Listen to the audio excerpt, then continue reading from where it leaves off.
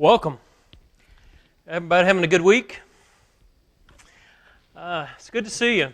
I appreciate very much the opportunity to be with you at this good church. I bring you greetings from Hoover, outside of Birmingham, Alabama, and invite you to come visit us sometime if you're ever passing through our area. We're not too far off of 65 if you're going north-south, or not too far off I-20, 15 minutes or so from I-20, about 1 minute from I-65. Stop in and see us sometime. We'd love for you to come worship with us at Hoover. It's good to see Neil and Emily. I think I've been here a couple of times in the past. Emily's my sister-in-law. I don't know if you guys knew that. She is my wife's sister, and I love and appreciate Neil and Emily and Peyton and Rebecca, and it's good to see them. I got to get here a little bit early and meet them for dinner before Neil went over to another church to preach tonight, so I enjoyed that. It's good to see you. Hope everybody's doing well. Neil gave me the topic of raising real men and women, and I can't think of a topic that needs to be heard, needs to be addressed more than this one. As my brother was saying a moment ago in the introduction, I've got 4 kids, and the oldest is going to be starting her senior year of college next Friday. She'll be going up to school, and she'll start her senior year. And that's hard for me to say. That's hard for me to even think about. I know that many of you can relate to that. It seems like just yesterday, when we went to the hospital, I was in preaching school when Bailey was born. My first year in school there, and I went to the hospital, I think, late Friday night, and then early that next morning, or about 7 o'clock that next morning. I remember it so vividly. I'm sure you remember your own quite well as well, but Dr. Austin was his name, took her. She weighed 6 pounds, 6 ounces, handed her to me. She was purple, and she was swollen and beautiful. And that feeling, that feeling that you get when then that happens. That was Saturday morning. I guess we stayed in the hospital Saturday night, Sunday night, took her home on Monday. I got to the house on Monday. And you remember this feeling, the way it happens. You bring your child home, and you take her or him into the den and the house. It's just been the two of you, and now you've got this baby, and it's kind of like, what do I do with it? What now? Because you do all this preparation. You go to these classes, and I think Melanie and I were dropouts in the classes, the breathing classes and all that. I think we went to one, and we bailed on those classes. So we didn't do a good job of that. But the mom goes to the OB every month, every couple weeks, every week, and however that goes, and do all this preparation, and thinking about making sure this baby comes into the world safely, and then he or she gets here, and it's almost like, now what in the world do I do? And it's scary, isn't it? When you recognize that you bring this child into the world, and God has used you in some inexplicable way. God has used you to bring a soul into the world. And that soul is a clean slate with a heart on which God asked you to write His name. When you stop to think about it, it can become quite overwhelming. Now, I know that what I'm going to talk about tonight is not going to be immediately applicable to everybody here. Some of you, your kids are already gone from home. Maybe you're on the grandkids now, and you're helping to raise them perhaps, or enjoying your grandkids. Some of you are not yet parents, but maybe you will be one day. Some of you it's going to be more immediately applicable to than others. But I hope that you recognize the need for a topic like this one. You've seen statistical studies, and I don't know what the accurate number is. I've seen them ranging anywhere from 50 to 85% of kids growing up in churches of Christ are no longer with churches of Christ in their 20s. That trend is happening not only in churches of Christ, but it's happening in lots of different religious groups, especially those that are that are kind of to the left, that are more progressive in the way they view things theologically, but it's still affecting us. It's affecting us. Somebody did a study at our congregation a while back. They were actually doing it in conjunction with Lads to Leaders in some sense, but what it did is it was one of those longitudinal studies where they study over time and see what happens. And the numbers matched up pretty well with what you've heard before, and that is that more than half of kids growing up at our congregation, if you follow them on down the road, they were no longer faithfully serving the Lord. And that scares us, doesn't it? It ought to scare us to death. It ought to scare us as parents if we got kids at home. It ought to scare us as elders and preachers and deacons and members of the church, leaders in the church, because kids growing up here, and these kids up here, and the kids in Bible classes and that, where are they going to be 10 years from now? It is the most incredible responsibility that we've got to teach our children to love the Lord. And that's what I'm going to talk to you about tonight for the next little bit, is to urge you, wherever you are, this will apply again to all of you in different ways, but to urge you to think about this responsibility. And I'm going to give you 3 things, and they're not going to be anything earth-shattering, things you haven't heard before, but I hope that we can talk about them in a way that it gets you to thinking about them again, and that it might help someone here to look at things a little bit differently perhaps, and cause you to be motivated once again to take this task very, very seriously. So what can we do? To raise godly sons and daughters, to bring them up in an environment, to give them the best chance for success as Christians. What can we do? I want to give you 3 things. All right, here they are. We're going to talk for a little bit about time, about priorities, about what we ought to do as dads and moms to make time for this important task. I want to go back, if you would, to Deuteronomy chapter 6, and we'll look at a couple of passages here. Deuteronomy 6, you got a Bible there. I want to read a couple of verses.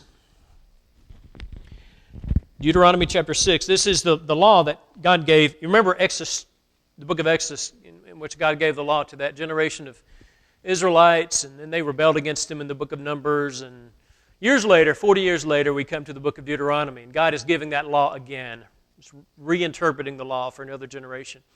And so He's telling these things as they get ready to go into the land. Here's some things that you need to know. Deuteronomy 6, verse 4. This is called the Shema. First word in verse 4 is a Hebrew word, Shema, verb, which means hear, H-E-A-R. Hear, Shema. Hear, O Israel, the Lord our God, the Lord is one. This is what you need to hear. Top priority. You shall love the Lord your God with all your heart, with all your soul, with all your might. And these words that I command you today shall be on your heart. You shall teach them diligently to your children, and shall talk of them when you sit in your house, when you walk by the way, when you lie down, and when you rise.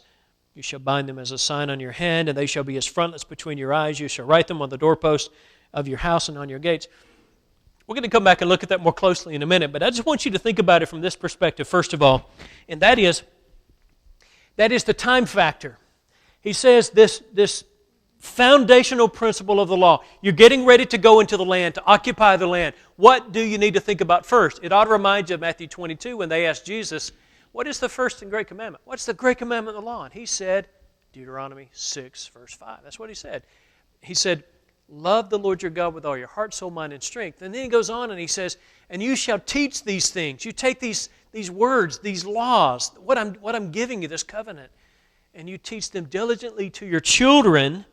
And he says, do it when you sit in your house and when you walk by the way and when you lie down and when you rise up. In other words, do it all the time. But we'll talk about the teaching factor in a moment. But just think about this, if you would, from the perspective of the time factor. All the time that's involved, the commitment. And really underlying this passage is a commitment to pass it on to the next generation. That's what He's talking about here. You're going to go into the land. You're going to raise up kids. Are they going to love the Lord or not? A lot of that depends on if you make your parenting a priority, if it's important to you. If you commit yourself to being a mom or a dad in a way that reflects a priority, reflects the importance of the task. I don't know what it's like at your house, but I'm guessing it's probably a lot like it is at my house, and that is that time is a valuable commodity. Sometimes, my wife and I, I'm sure this is the same at your house, my wife and I are like, somehow we gotta get some margins here. We gotta do something because we're going too fast. It's just too busy. Everything, we're going from one thing to the next, putting out one fire after another, just doing this and doing that and doing that. We don't have time to take time to do what we need to do. Our kids came home from college a couple months ago, and we had plans about all the stuff we're going to do during the summer. Well, they go back to college next week, and I'll let you guess how many of those things we actually ended up doing. Because it's kind of hard. Why? Well, people go to work, you got various things that are happening. Time. It takes time. Time takes commitment. Our world's all mixed up. You know that. It's a mixed up place. And we got to be careful that we don't let the world shape our priorities. I mean, you think about it. There is only a small window of time when he says daddy, mama for the first time. You know? It's a small window of time. It only happens once. When he takes his first few faltering steps on his own. Remember that? She's been crawling and crawling and crawling. Won't want the child to walk. And then finally, she's walking and running. It's that small window of time, you know, where you go from crawling to walking. And then, oh man, then the time just flies. Only a small window of time when she learns to pump her legs on the swing for the first time. When he gets behind the driver's wheel, steering wheel, and you're about to lose it, and you fear for the people on the other side of the road, right? It's just a small window of time, man. We're about to do that for the last time as far as our kids are concerned. I can't believe it in a year or so. It's just a small window of time.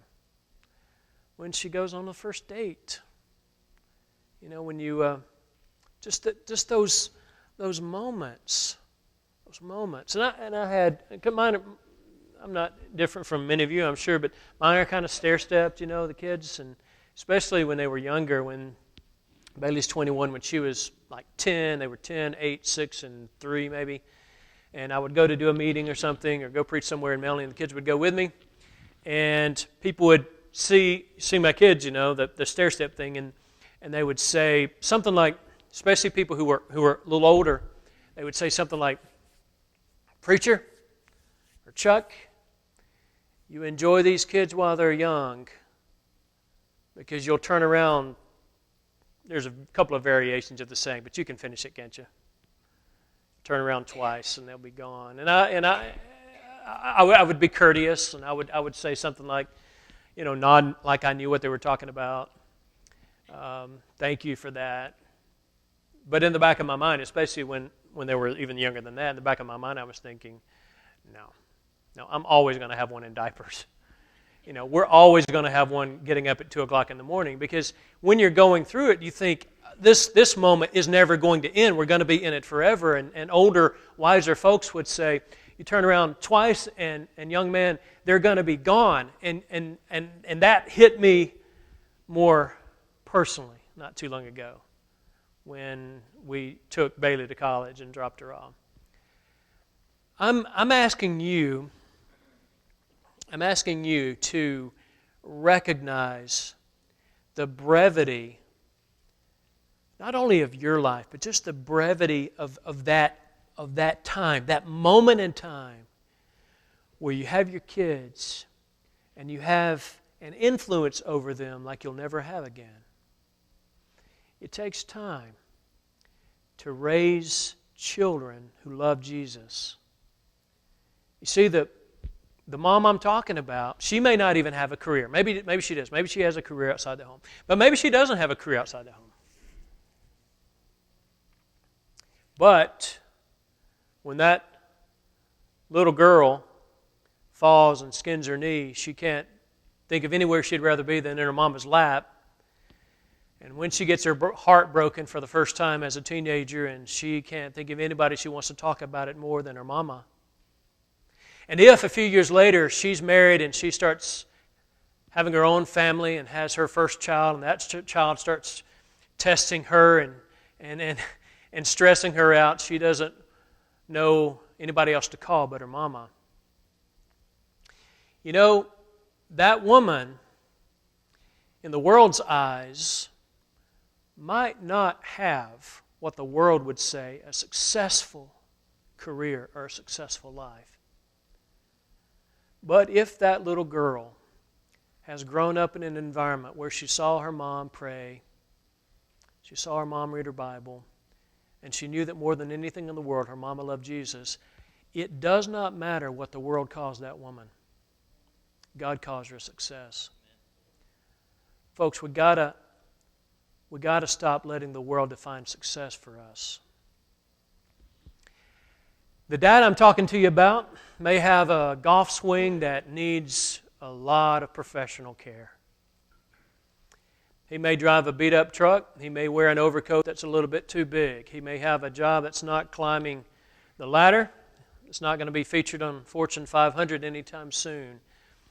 But if that little boy, if that little girl are waiting at the window when he comes home from that job, driving that beat-up truck, wearing that worn-out overcoat, and they can't wait till their daddy gets home, and they're growing up in an environment where their daddy loves Jesus and is doing his best, though imperfectly, to love the Lord and teach them how to love the Lord, it does not matter what the world calls that man.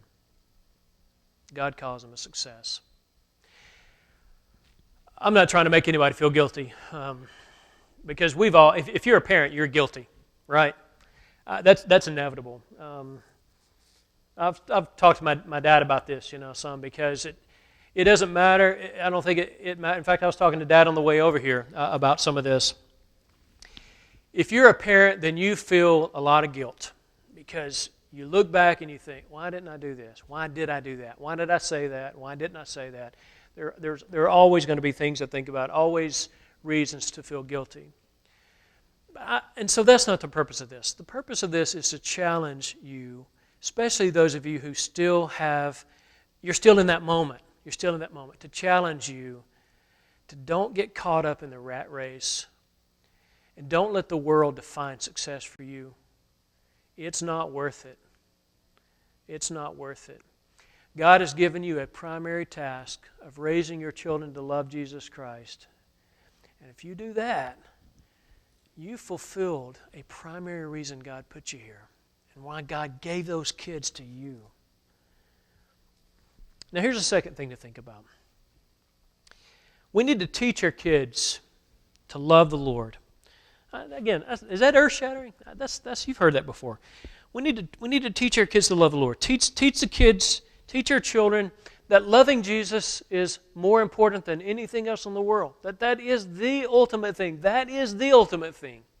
Back to our passage in Deuteronomy 6. Now look at what it says. We talked about the time factor. When you lie down, when you get up, when you're walking by the way, when you're sitting in your house and all that. But what are you to be doing?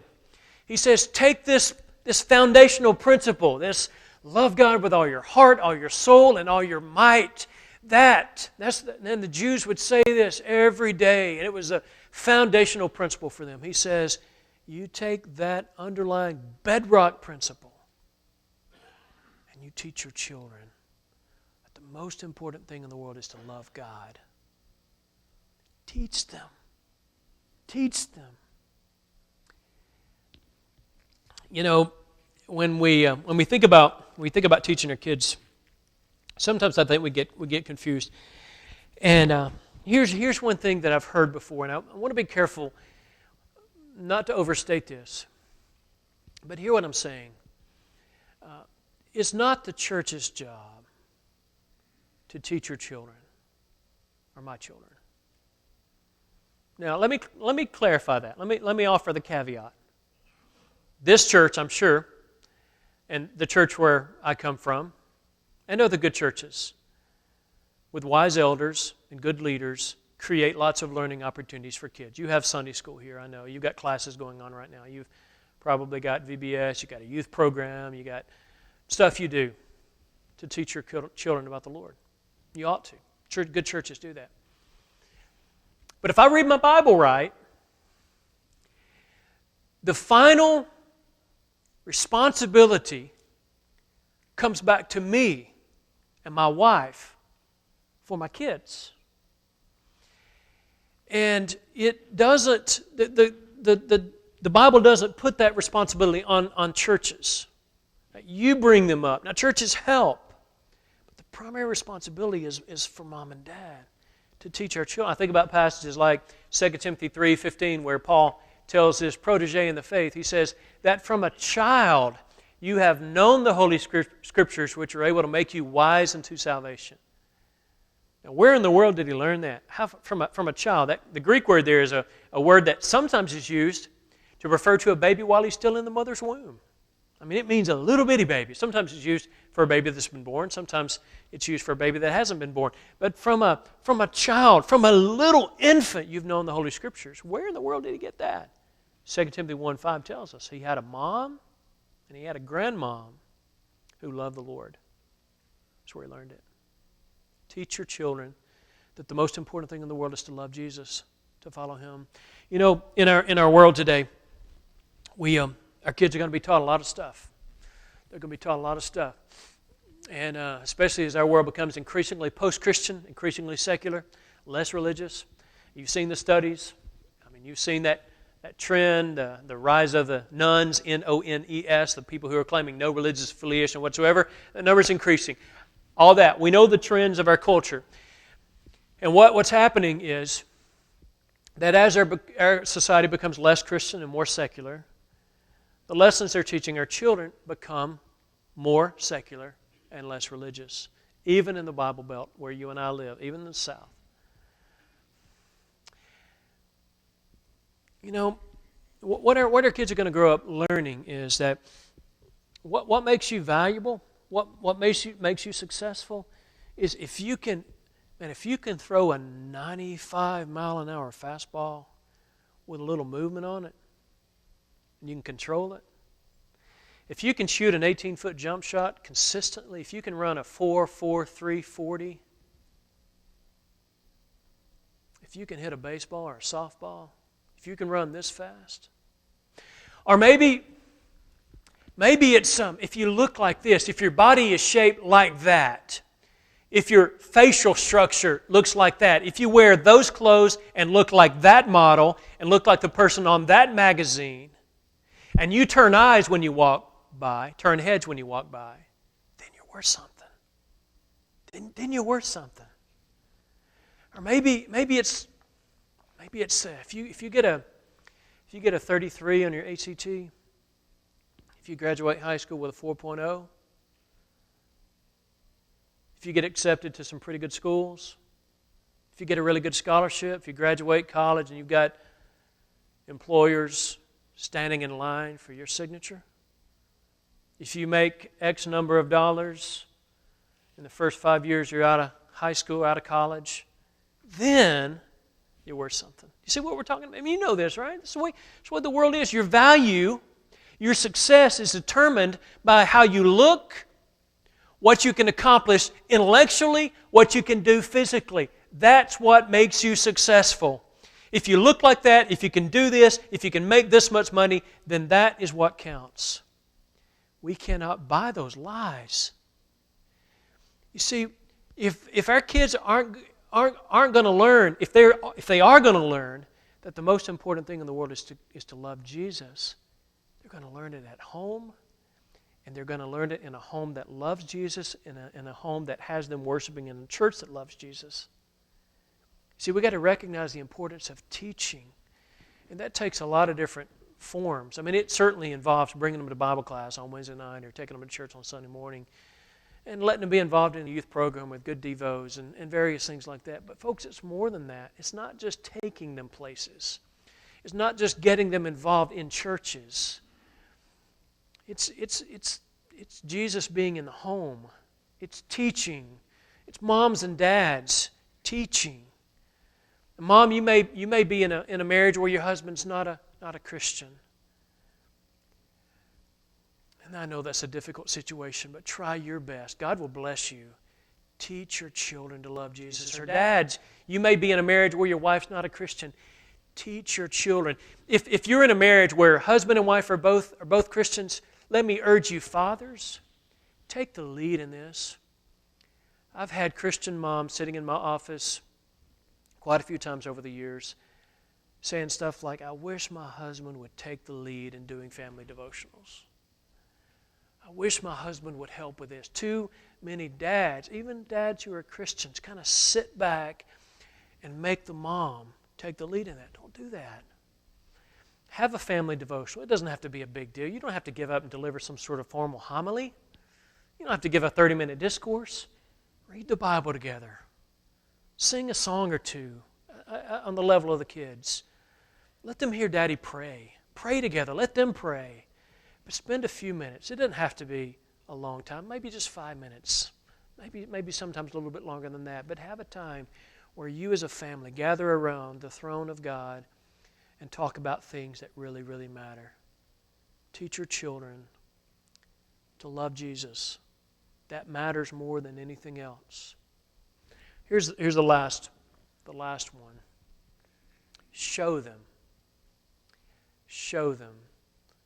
that the most important thing in the world is to be a Christian. Most important thing in the world is to love Jesus. It's funny about kids. They're so perceptive, so much more perceptive than we often give them credit for. They spot inconsistencies, and they can do it when they're pretty young. This is going to date me a little bit with our kids, and when we're not into, we don't watch the animated. We still watch animated movies, but not as much as we used to. They was just incessantly in the minivan when we were going somewhere. Somebody's going to be watching one of these animated movies. One of our favorites was The Emperor's New Groove. All right, remember that movie? You guys remember it? Emperor's New Groove. Good movie. It was one of those with our family, and especially when the kids were young. And I remember Logan was, my third he was 3 at the time, if I remember right. He was 3. And it was one of those where the kids were obsessed with it. So whenever we'd go on a trip, we'd watch Emperor's New Groove, and we heard it so many times. You've got those, right? It just becomes like, oh no, here we go again. We watched that movie so many times that the lines in the movie became embedded in our thinking. And at different points in time, sometimes we'd just be goofing off, and various members of the family would quote a line of the movie that fit the situation. And some of our kids were better than others at doing this. But there was a smart aleck character in the movie, if you've seen it. She's a smart aleck, pretty much all the way through. And there's one line in the movie where somebody asks him a question, and he says, "Don't know, don't care, how's that? Don't know, don't care, how's that?" Well, there was one day when one of our children, well, I have to use gender, she, so it narrows it down. I only have one daughter. She was told, she's not here, she's old now, so she was told to go clean her room. She went back there, and she wasn't gone long, not long enough to clean her room, and she was back out doing something else, and Melanie asked her, she said, "Bailey, did you clean your room?" She thought it might be funny at that particular time to say, "Don't know, don't care, how's that?" Well, you can imagine how that went over.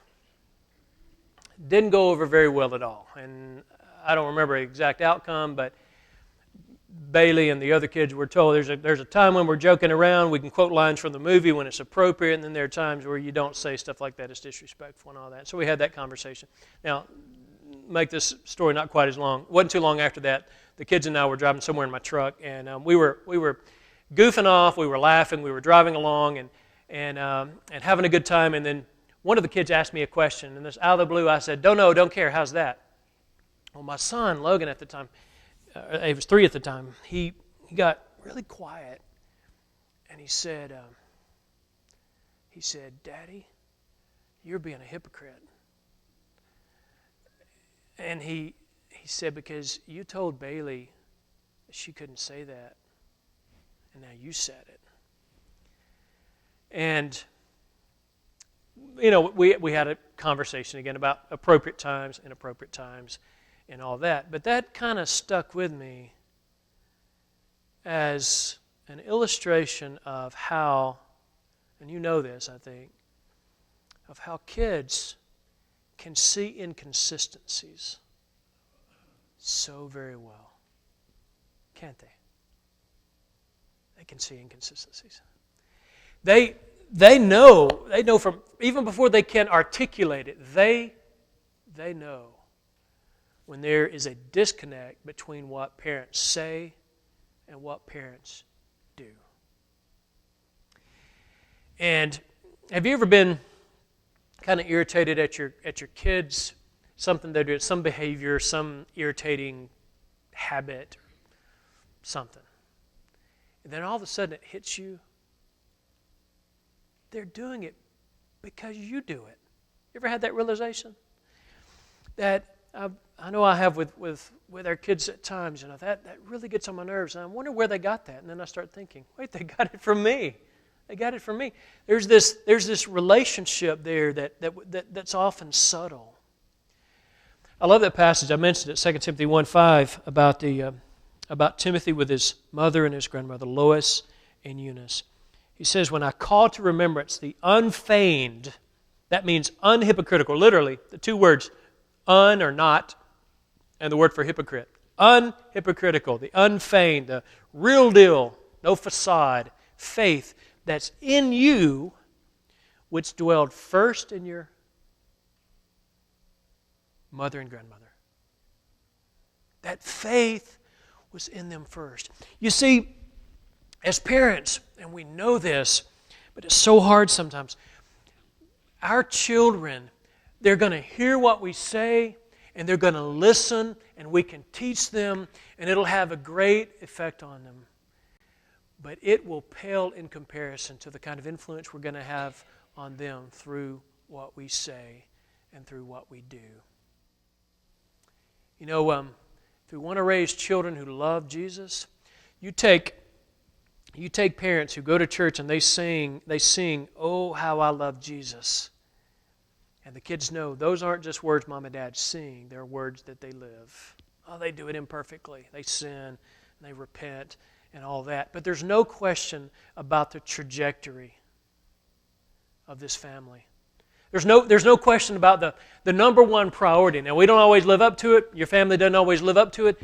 But there's no question about who's most important in this family. That is the Lord Jesus. Now, sometimes we repent because that action didn't reflect that. And we fell down, but we get back up. But there's a consistency and trajectory there. Oh, how I love Jesus, or give me the Bible. And that's not just something you do at church. It's something that you take home with you, and you read the Bible together as a family.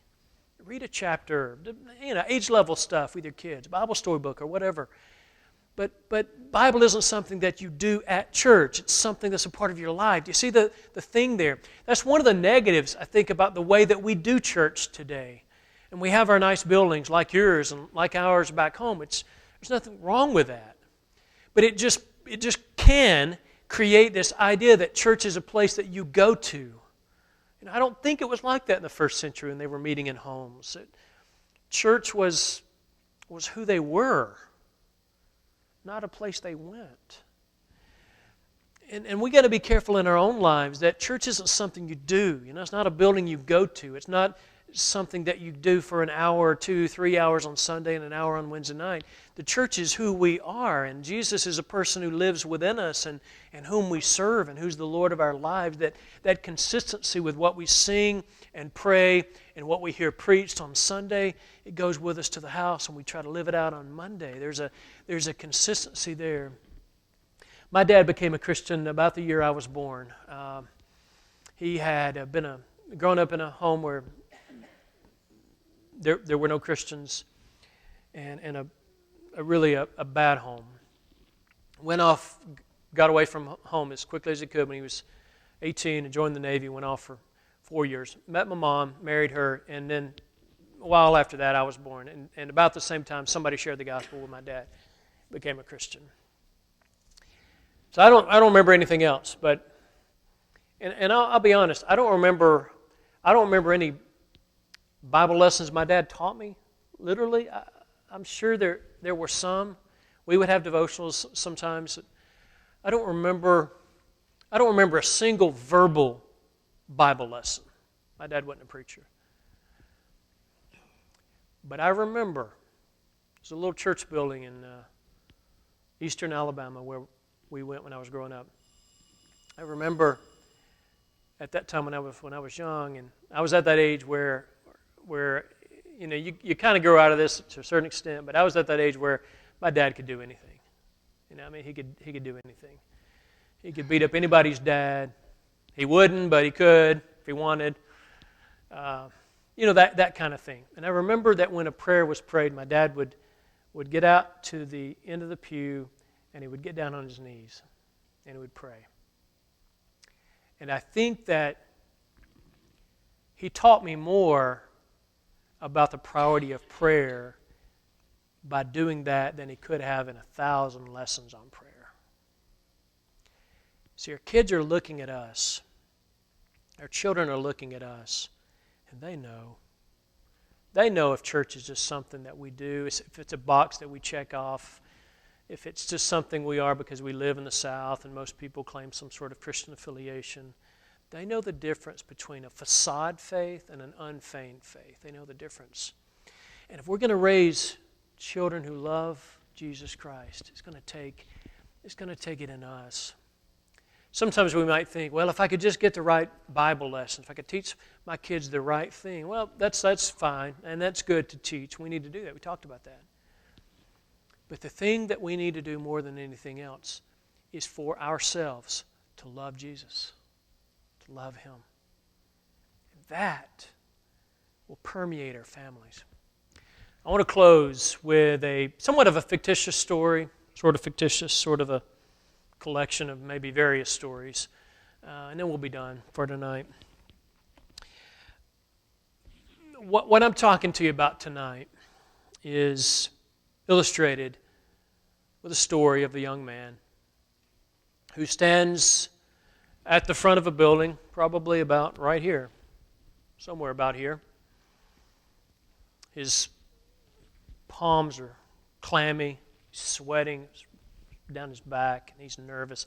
His heart's beating 100 beats a minute.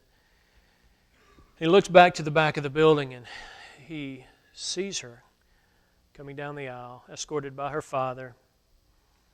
She's brought down. The preacher does what he does. He doesn't, it's all a blur, But at the appropriate time, he lifts her veil, and he thinks to himself, that is the most beautiful thing that I have ever seen in my life. A few years later, he's at a hospital, and again, he's nervous, and he's sweating, and his palms are clammy, and his heart's beating, and all of that, and the doctor takes that little boy and puts him in his daddy's arms, and he looks at that purple, swollen baby, and he thinks to himself, says out loud perhaps, that's the most beautiful thing that I've ever seen. A few years down the road, is this your baptistry right here? He's standing in a baptistry like that one. And he takes that little boy now, becoming a young man, and he's in the baptistry with him, and he says, son, do you believe that Jesus Christ is the Son of God? He says, I do. And he takes him and he baptizes him.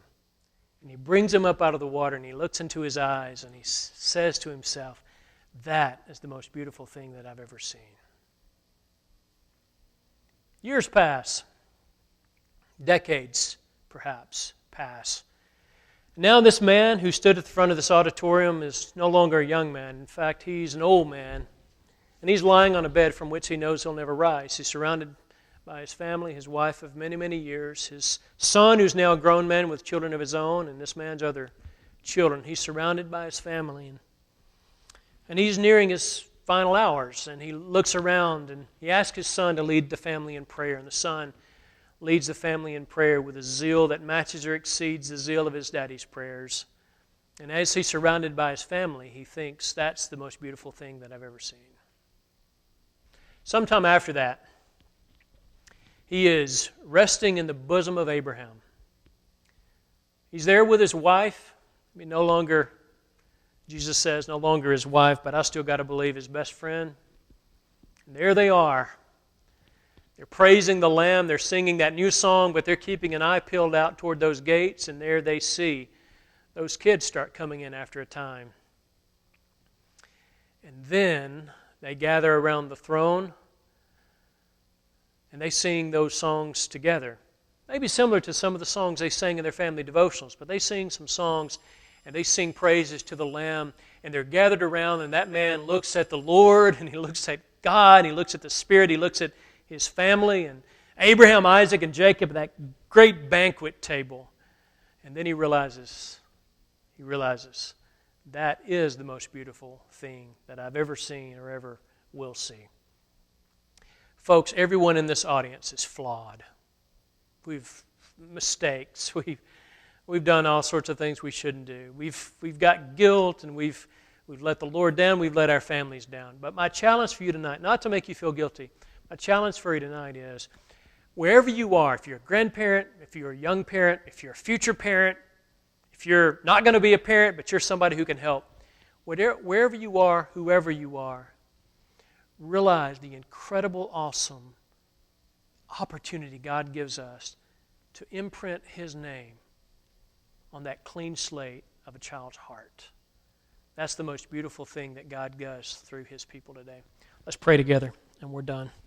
Lord, thank you for this beautiful day. Thank you for letting us study this topic. Lord, we confess to you that we are sinners, and we disappoint you, and we have made mistakes as parents and grandparents. We just pray that you'll forgive us, and we pray that you'll give us a clean slate, and regardless of what we've done in the past, that we, at this point, will start being a parent that you will use, a grandparent that you will use, an uncle or an aunt, a brother or sister that you will use to shape the lives of the people around us. Thank you so much for all that you do, and may you use us to imprint you on the hearts of people around us, especially those in our own families. We thank you for Jesus and for what He did for us at the cross and the fact that that tomb was empty on Sunday morning. We ask all this in His name. Amen. Thank you so much.